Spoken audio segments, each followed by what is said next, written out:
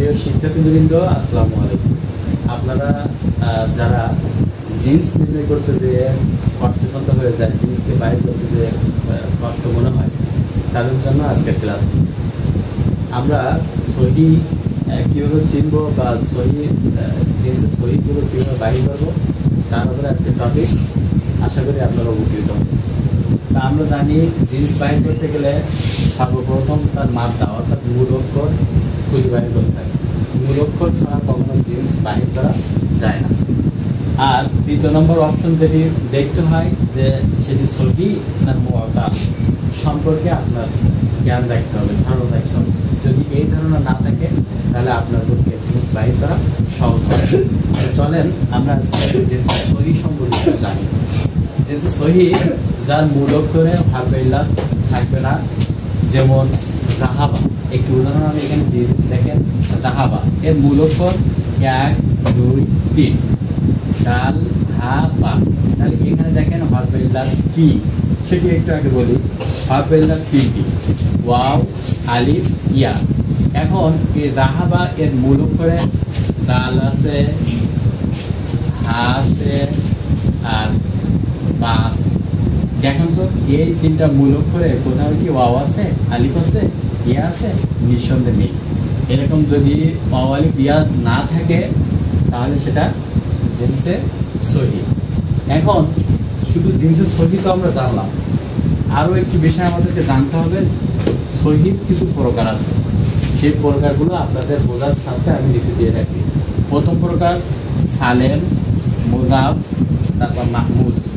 সালেম যেহেতু মূল অক্ষর হারফে-ইল্লাত না থাকলে সেটি জিন্সে সালেম। যেমন আমি এখানে একটা উদাহরণ দিয়েছিলাম জাহাবা, অথবা আরও একটি উদাহরণ নাসারা, নাসারা। দেখেন এখানে মূল অক্ষর নুন, সাদ আর রা। এখানে এই তিনটা মূল অক্ষরের ভিতরে কোথাও হারফে-ইল্লাত নেই, ওয়াও আলিফ ইয়া নেই। তাই এটি জিন্সে সহি।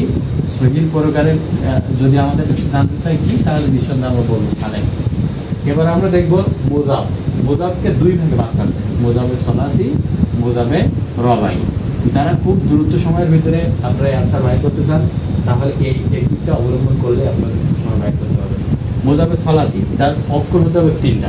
যেমন আমি এখানে একটি উদাহরণ দিচ্ছি, জাল বাজাবো দাব, বাদি জবর পান, দাব্বাত। অর্থাৎ তাকে দ্বিত্ব উচ্চারণ করা। যদি একই জাতীয় সহি, সহি অর্থাৎ সালাসি, মুজারাদ অর্থাৎ তিন অক্ষর বিশিষ্ট শব্দের ভিতরে যদি একটা শব্দ দুইবার থাকে তাহলে সেটাকে বলা হয় মুজাবে সলাসি। যেমন দেখেন এখানে দাল আছে আর বার উপরে তাহদিদ থাকার কারণে বা দুইবার উচ্চারিত, তার মানে এখানে বা কয়টা? দুইটা। এই বা দুইটা থাকার কারণে পাশাপাশি একই সাথে পাশাপাশি যদি দুইটা অক্ষর থাকে আর দ্বিত্ব উচ্চারিত হয় তাহলে সেটাকে কি বলা হয়? মুজাবে সলাসি। এবার আসেন মুজাবে রবাই। অক্ষর হতে হবে চারটা, অর্থাৎ রবাই মানে চার। একই অক্ষর দুইটা হতে হবে। যদি একই অক্ষর দুইটা থাকে তবে পাশাপাশি থাকা যাবে না। একটা অক্ষরের পরে আরেকটি, একটা হরফের পরে আরেকটি হরফ, তারপর আবার সেম হরফ। অথবা দুইটা হরফ, একটা হরফের পরে আরেকটা হরফ পাশাপাশি থাকতে পারবে। অথবা প্রথম হরফ ভিন্ন থাকতে পারে, দ্বিতীয় হরফ, চতুর্থ হরফ পাশাপাশি থাকতে পারে। যেমন এখানে আমি একটু উদাহরণ দিচ্ছি, দেখেন ঝাল, ঝালাম।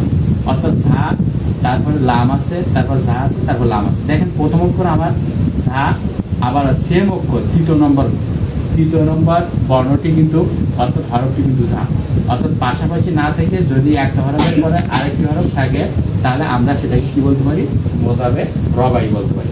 আর যদি পাশাপাশি থাকে তিন অক্ষর বিশিষ্ট শব্দ, পাশাপাশি যদি একই সব হরফ দুইটা পাশাপাশি থাকে তাহলে আমরা তাকে বলতে পারি সালাসি, সলাসি, মুজাবে সলাসি।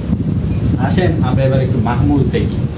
তাহলে আমরা সহি প্রকারের ভিতর থেকে সালেম জানলাম, মুজাব জানলাম, মাহমুজ। মাহমুজকে তিন ভাগে ভাগ করা যায়। একটা হচ্ছে মাহমুজে ফা, মাহমুজে আইন, মাহমুজে লাম। মাহমুজে ফা কি? যার ফা কলেমায় হামজা থাকবে। যেমন দেখেন আকা লা। এখন এখানে দেখেন ফা কলেমায় হামজা আছে, তাহলে এটাকে আমরা কি বলতে পারি? মাহমুজে ফা। যদি আইন কলেমায় হামজা থাকে তাহলে আমরা মাহমুজে আইন বলতে পারি। দেখেন এখানে অক্ষর আছে কয়টি, হরফ আছে কয়টি? তিনটি। সিন, তারপর হামজা, লাম। আইন কলমে দেখেন হামজা আছে। এজন্য এটাকে বলা হয় মাহমুজে আইন। যদি লাম কলমে হামজা থাকে তাহলে আমরা সেটাকে কি বলি, মাহমুজে লাম। দেখেন প্রথম হরফটি আছে কফ, দ্বিতীয় হরফটি আছে র, তারপর তৃতীয় হরফটি আছে হামজা। তাহলে আমাদের হামজাটা কিন্তু লাম কলমা, এজন্য আমরা এটাকে বলি কি, মাহমুজে লাম।